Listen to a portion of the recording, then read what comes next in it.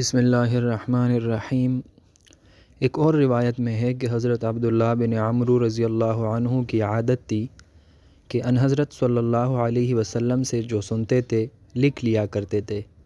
قریش نے ان کو منع کیا کہ ان حضرت صلی اللہ علیہ وسلم کبھی غیظ کی حالت میں ہوتے ہیں، کبھی خوشی میں، اور تم سب کچھ لکھتے جاتے ہو۔ عبداللہ بن عمرو رضی اللہ عنہ نے اس بنا پر لکھنا چھوڑ دیا اور ان حضرت صلی اللہ علیہ وسلم سے یہ واقعہ بیان کیا۔ آپ نے دہن مبارک کی طرف اشارہ کر کے فرمایا کہ تم لکھ لیا کرو، اس سے جو کچھ نکلتا ہے حق نکلتا ہے۔ حاشیہ نمبر 1 میں اس اقتباس کا حوالہ دیا گیا ہے کہ یہ ابو داود جلد 2 صفحہ 77 سے لیا گیا ہے۔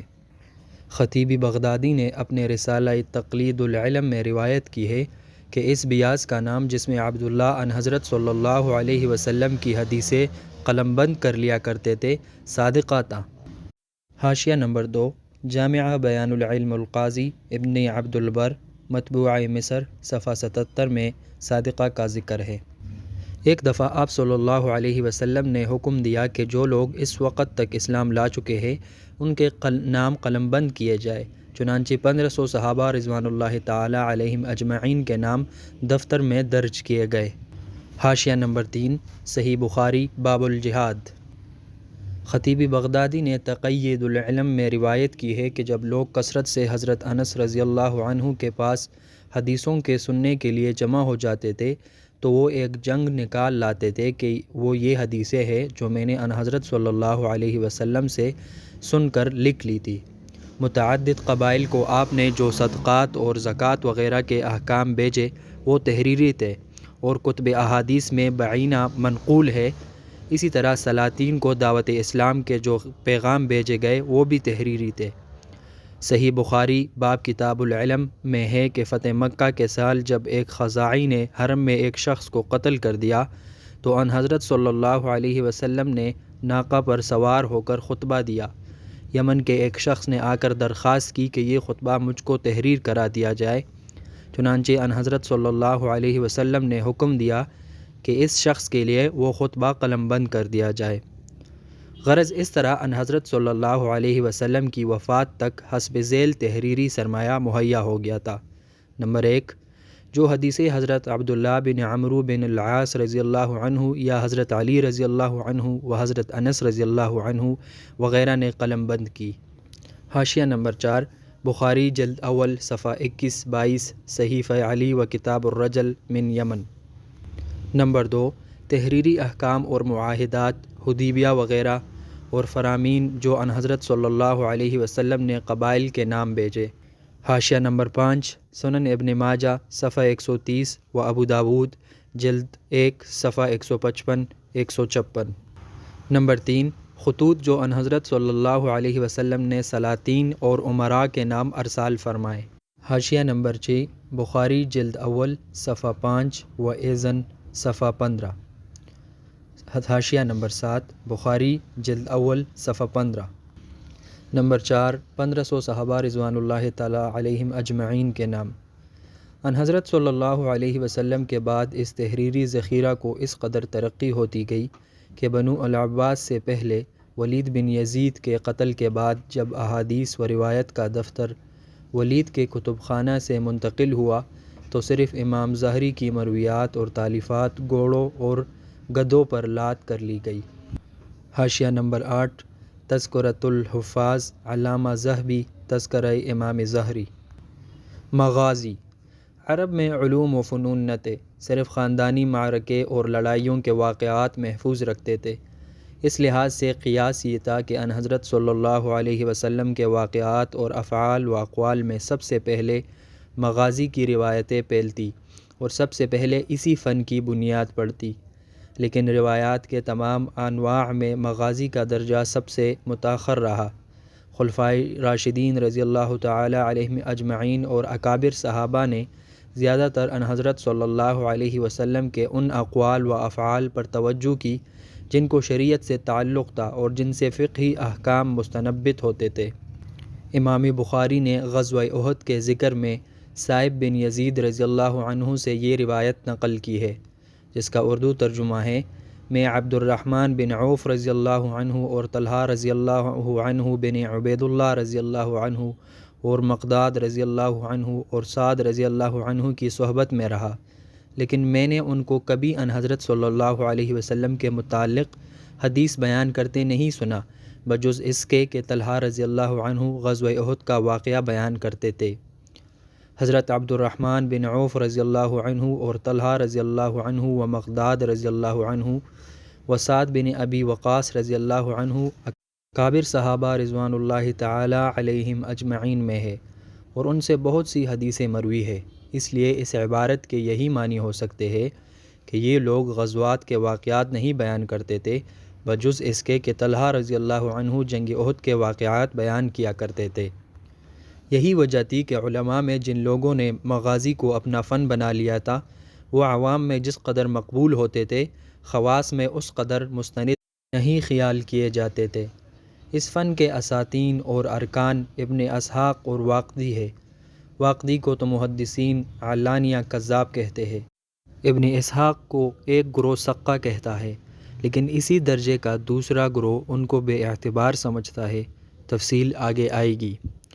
امام احمد بن حنبل کا قول ہے، اردو ترجمہ: 3 قسم کی کتابیں ہیں جن کی کوئی اصل نہیں، مغازی اور ملاحم اور تفسیر۔ خطیب بغدادی نے اس قول کو نقل کر کے لکھا ہے کہ امام ابن حنبل کی مراد ان خاص کتابوں سے ہوگی جو بے اصل ہے۔ پھر لکھا ہے، ترجمہ: باقی تفسیر کی کتابیں تو ان میں سے کلبی اور مقاتل کی کتابیں بہت مشہور ہے۔ امام احمد بن حنبل نے کہا ہے کہ کلبی کی تفسیر اول سے اخیر تک جھوٹ ہے۔ پھر لکھتے ہیں، اردو ترجمہ: باقی مغازی تو اس فن کی مشہور کتاب محمد بن اسحاق کی کتاب ہے، اور وہ عیسائیوں اور یہودیوں سے روایت کرتے تھے، اور امام شافعی نے کہا ہے کہ واقدی کی کتابیں جھوٹ ہے۔ باوجود ان باتوں کے یہ ناممکن تھا کہ یہ حصہ نظر انداز کر دیا جاتا، اس لیے اکابر صحابہ رضی اللہ عنہ اور محدثین نہایت احتیاط کے ساتھ جو واقعات جہاں تک خوب محفوظ ہوتے تھے روایت کرتے تھے۔ تصنیف و تالیف کی ابتدا حکومت کی طرف سے ہوئی۔ صحابہ رضی اللہ عنہم اور خلفائے راشدین رضی اللہ عنہم کے زمانہ میں اگرچہ فقہ و حدیث کی نہایت کثرت سے اشاعت ہوئی، بہت سے درس کے حلقے قائم ہوئے، لیکن جو کچھ تھا زیادہ تر زبانی تھا۔ لیکن بنو امیہ نے حکماء علماء سے تصنیفیں لکھوائی۔ قاضی ابن عبد البر نے جامع بیان العلم میں امام ظاہری کا قول نقل کیا ہے، اردو ترجمہ: ہم لوگ علم کا قلم بند کرنا پسند نہیں کرتے تھے، یہاں تک کہ عمراء نے ہم کو مجبور کیا۔ مطبوعہ مصر، صفحہ 136۔ سب سے پہلے امیر معاویہ رضی اللہ عنہ نے عبید بن شریعہ کو یمن سے بلا کر قدماء کی تاریخ مرتب کرائی، جس کا نام اخیار المضامین ہے۔ حاشیہ نمبر 1 میں لکھا گیا ہے، فہرست ابن الندیم، صفحہ 244۔ امیر معاویہ رضی اللہ عنہ کے بعد عبد الملک بن مروان نے، جو 65 ہجری میں تخت نشین ہوا، ہر فن میں علماء سے تصنیفیں لکھوائی۔ سعید بن جبیر جو اعلم العلماء تھے، ان کو حکم بھیجا کہ قرآن مجید کی تفسیر لکھے۔ چنانچہ امام موصوف نے تفسیر لکھ کر بھیجی، جو کتب خانہ شاہی میں رکھی گئی۔ عطا بن دینار کے نام سے جو تفسیر مشہور ہے، انہی کی تفسیر ہے۔ عطا کو خزانہ شاہی سے یہ نسخہ ہاتھ آ گیا تھا۔ حاشیہ نمبر 2 میں لکھا گیا ہے، میزان الاعتدال، ترجمہ عطا بن دینار۔ حضرت عمر بن عبدالعزیز کا زمانہ آیا تو انہوں نے تصنیف و تالیف کو زیادہ ترقی دی۔ تمام ممالک میں حکم بھیجا کہ احادیث نبوی صلی اللہ علیہ وسلم مدون اور قلم بند کی جائے۔ سعد بن ابراہیم جو بہت بڑے محدث اور مدینہ منورہ کے قاضی تھے، ان سے دفتر کے دفتر حدیثوں کے قلم بند کرائے اور تمام ممالک مقبوضہ میں بھیجے۔ علامہ ابن عبد البر جامع بیان العلم میں لکھتے ہیں، اردو ترجمہ: سعد بن ابراہیم کہتے ہیں کہ عمر بن عبدالعزیز نے ہم کو احادیث کے جمع کرنے کا حکم دیا، ہم نے دفتر کے دفتر لکھے، عمر نے جہاں جہاں ان کی حکومت تھی ایک دفتر بھیج دیا۔ حاشیہ نمبر 3 میں لکھا گیا ہے، مطبوعہ مصر، صفحہ 26۔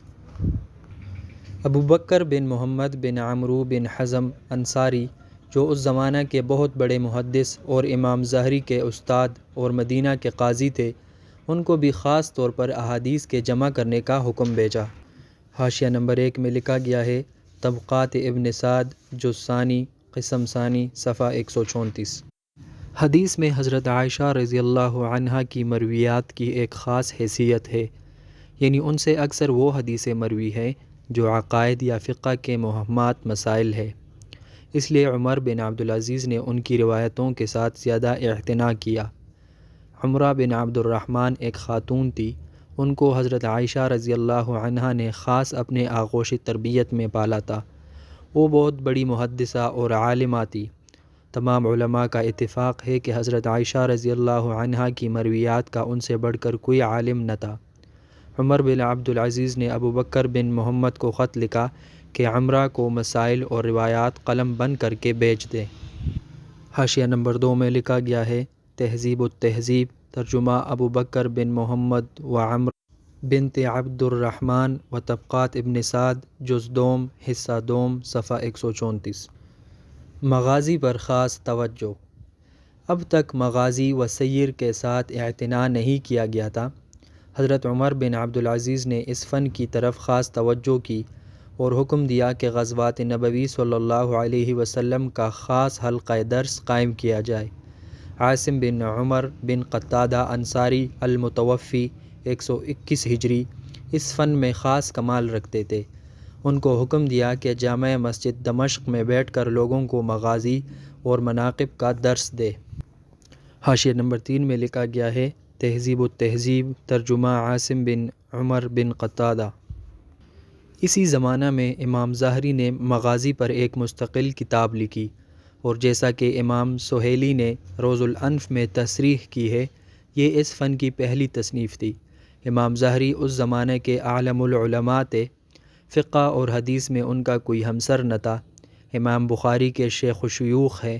انہوں نے حدیث و روایات کے حاصل کرنے میں یہ محنتیں اٹھائی کہ مدینہ منورہ میں ایک ایک انصاری کے گھر پر جاتے، جوان، بڈھے، عورت، مرد، جو مل جاتا، یہاں تک کہ پردہ نشین عورتوں سے جا کر ان حضرت صلی اللہ علیہ وسلم کے اقوال اور حالات پوچھتے اور قلم بند کرتے۔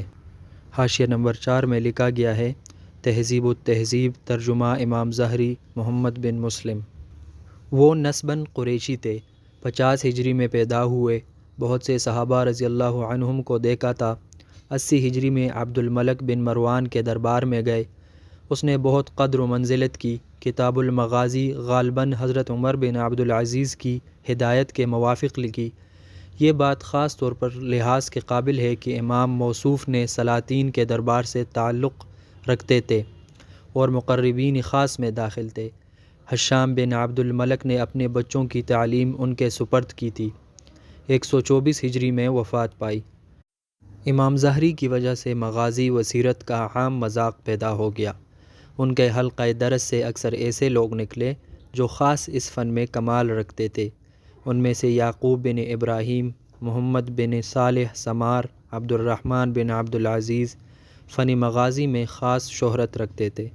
چنانچہ تہذیب التہذیب وغیرہ میں ان لوگوں کا امتیازی وصف صاحب المغازی لکھا جاتا ہے۔ ظاہری کے تلامذہ میں سے 2 شخصوں نے اس فن میں نہایت شہرت حاصل کی، اور یہی 2 شخص ہیں جن پر اس فن کا سلسلہ ختم ہوتا ہے، موسیٰ بن عقبہ اور محمد بن اسحاق۔ موسیٰ بن عقبہ خاندان زبیر کے غلام تھے۔ حضرت عبداللہ بن عمر رضی اللہ عنہ کو دیکھا تھا۔ فن حدیث میں امام مالک ان کے شاگرد ہے۔ امام مالک ان کے نہایت مداح تھے اور لوگوں کو ترغیب دیتے تھے کہ فن مغازی سیکھنا ہو تو موسیٰ سے سیکھو۔ ان کے مغازی کے جو خصوصیات ہے یہ ہے: نمبر 1، مصنفین اب تک روایات میں صحت کا التزام نہیں کرتے تھے، انہوں نے زیادہ تر اس کا التزام کیا۔ نمبر 2، عام مصنفین کا یہ مذاق تھا کہ کثرت سے واقعات نقل کیے جائے، اس کا لازمی نتیجہ یہ ہوتا تھا کہ ہر قسم کی رطب و یابس روایتیں آ جاتی تھی۔ موسیٰ نے احتیاط کی اور صرف وہی روایتیں لی جو ان کے نزدیک صحیح ثابت ہوئی۔ یہی وجہ ہے کہ ان کی کتاب بنسبت اور کتب مغازی کے مختصر ہے۔ نمبر 3، چونکہ روایت حدیث کے لیے کسی عمر کی قید نہ تھی، اس لیے اکثر لوگ بچپن اور آغاز شباب ہی سے حلقہ درس میں شامل ہو جاتے تھے اور حدیثیں سن کر لوگوں سے روایت کرتے تھے، لیکن چونکہ اس عمر تک واقعات کا صحیح طور سے سمجھنا اور محفوظ رکھنا ممکن نہ تھا، اس لیے اکثر روایتوں میں تغیر اور اختلاط ہو جاتا تھا۔ موسیٰ نے بخلاف اور لوگوں کے کبر سن میں اس فن کو سیکھا تھا۔ 141 ہجری میں وفات پائی۔